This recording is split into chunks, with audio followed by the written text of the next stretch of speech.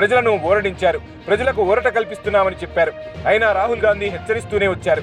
GST మూలంగా దేశంలో 18 లక్షల చిరు పారిశ్రామికవేత్తలు, వ్యాపారులు కనుమరుగయ్యారు. కొన్ని కోట్ల మందికి ఉపాధి లేకుండా పోయిందని రాహుల్ చెప్పారు. ఇప్పుడు అదే నిజమవుతోంది. ఒక దశలో ఆహార పదార్థాల మీద కూడా వేసిన పన్నులపై ప్రజల్లో ఆందోళన నెలకొంది. పాలు, పెరుగు మీద కూడా 12% జీఎస్టీ వేశారు. దాంతో ప్రజల్లో ఆగ్రహం వ్యక్తమైంది. దాంతో మళ్లీ ఎరేజర్లు, నోట్బుక్స్ ఇలా ప్రతి వస్తువు మీద జీఎస్టీ వేయడం పెద్ద చర్చనీయాంశమైంది. ముఖ్యంగా నిత్యావసర వస్తువులపై జీఎస్టీ వేయడాన్ని దేశమంతా తప్పుపట్టింది. కాలక్షేపం కోసం తినే పాప్కార్న్ లో కూడా 3 రకాల పన్నులు వేయడం బీజేపీకి తీవ్ర వ్యతిరేకతను మూటగట్టేలా చేసింది. అప్పటి నుంచి ప్రజలు, ప్రజా సంఘాలు, ప్రతిపక్ష పార్టీలు ఎంత డిమాండ్ చేసినా కేంద్ర సర్కార్ స్పందించలేదు. గత ఎన్నికల్లో బీజేపీకి పూర్తిస్థాయి మెజారిటీ వస్తే ప్రజల జీవితాలు ఎలా ఉండేవో అని అనుకుంటున్నారు. కేంద్రంలో బలహీనమైన ప్రభుత్వం ఏర్పాటైంది. బలమైన ప్రతిపక్షం తయారైంది. దాంతో బీజేపీపై ప్రతిపక్షాలు అడుగడుగునా విజయం సాధిస్తున్నాయి. భారతీయ జనతా పార్టీకి గడ్డుకాలం కనిపిస్తోంది.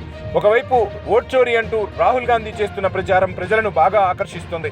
ప్రజల్లో పెద్ద ఎత్తున చైతన్యం నిండుతోంది.